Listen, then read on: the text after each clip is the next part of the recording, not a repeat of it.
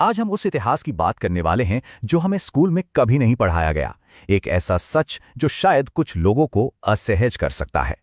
चलिए, इस एक सवाल से ही शुरू करते हैं। जरा सोचिए, अगर कोई कहे कि जो इतिहास हमने अपनी किताबों में पढ़ा वो अधूरा था, वो कहानी का सिर्फ एक हिस्सा था, तो क्या होगा? क्योंकि सच्चाई के साथ ना अक्सर ऐसा ही होता है। कुछ सच छुपा दिए जाते हैं, कुछ को पूरी तरह से तोड़ मरोड़ दिया जाता है, और कुछ सच तो इतने बड़े होते हैं कि उन्हें लिखने की हिम्मत ही नहीं की जाती।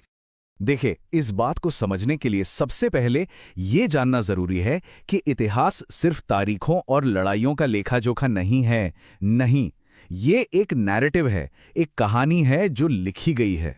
तो ये नैरेटिव है क्या? असल में ये वो कहानी है जिसे वो लोग बनाते हैं और कंट्रोल करते हैं जिनके हाथ में सत्ता होती है। मतलब इतिहास वो नहीं जो हुआ, बल्कि वो है जो लिखा गया, और लिखने वाले हमेशा अपनी मर्जी से लिखते हैं। क्योंकि ये एक सीधा सा नियम है, जिसके हाथ में पावर होती है, कलम भी उसी के हाथ में होता है। वही ये तय करता है कि आने वाली पीढ़ियां क्या पढ़ेंगी, क्या सोचेंगी और खुद को आईने में देखकर क्या समझेंगी। और जो जीतता है ना, जब वो कहानी लिखता है तो वो 3 चीजें तय करता है। कौन हीरो बनेगा, जिसकी कहानियां सुनाई जाएंगी, कौन विलन बनेगा, जिससे सब नफरत करेंगे, और सबसे खतरनाक, कौन वो होगा जिसे इतिहास से पूरी तरह मिटा दिया जाएगा, जैसे वो कभी था ही नहीं। तो चलिए, अब इस पूरी बात को अपनी स्कूल की किताबों के चश्मे से देखते हैं।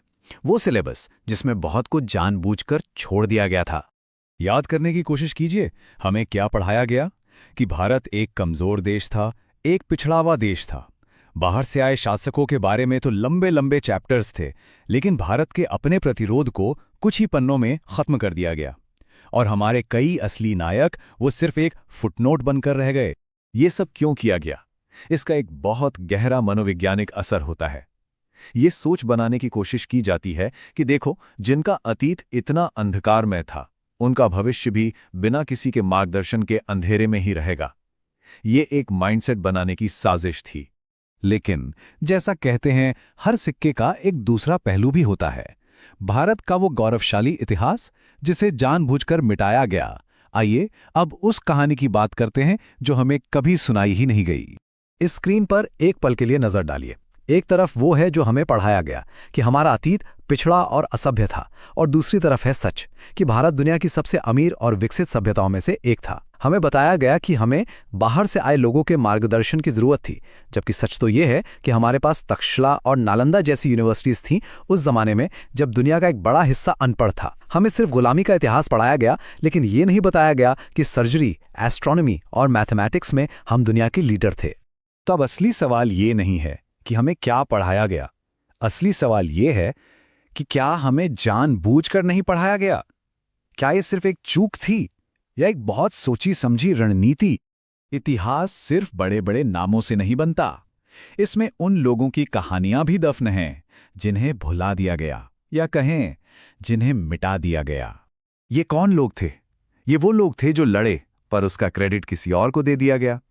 ये वो थे जो जीते, लेकिन इतिहास की किताबों में उन्हें हारा हुआ बता दिया गया।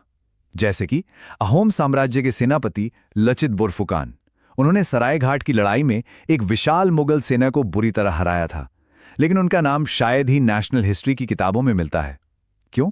क्योंकि उनकी कहानी उस नैरेटिव को तोड़ती है जिसमें सिर्फ हार और गुलामी की बात है।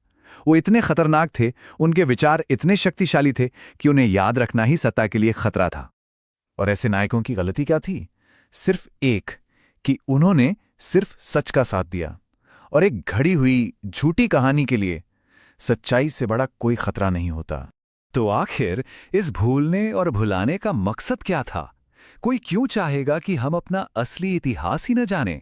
क्योंकि सच जानने के अपने नतीजे होते हैं। जब कोई अपना असली इतिहास जानता है तो वो सवाल पूछता है, वो उस कहानी को चैलेंज करता है जो उसे सुनाई गई है, और वो आंखें बंद करके किसी भी बात पर यकीन करना बंद कर देता है। और सवाल पूछने वाले लोग सिस्टम को कभी पसंद नहीं आते। इसलिए इस एक लाइन को अच्छी तरह से समझना बहुत जरूरी है। जो इतिहास हमें स्कूलों में पढ़ाया गया, उसका मकसद हमें मजबूत बनाना नहीं था, उसका असली मकसद हमें कंट्रोल में रखना था। याद रखिए, इतिहास सिर्फ गुजरे हुए कल की कहानी नहीं है, ये हमारी पहचान बनाता है। जो अपना इतिहास भूल जाता है वो धीरे धीरे अपनी पहचान भी खो देता है, और जब पहचान ही नहीं रहती तो आज़ादी सिर्फ एक खोखला शब्द बनकर रह जाती है। तो अंत में एक सीधी सी बात है, अगर कोई सिर्फ पढ़ाई हुई हिस्ट्री से ही संतुष्ट है तो शायद ये चर्चा उनके लिए नहीं है। लेकिन अगर सच को ढूंढने की चाह है, अगर सवाल पूछने की हिम्मत है, तो उनके लिए यह सिर्फ एक शुरुआत है।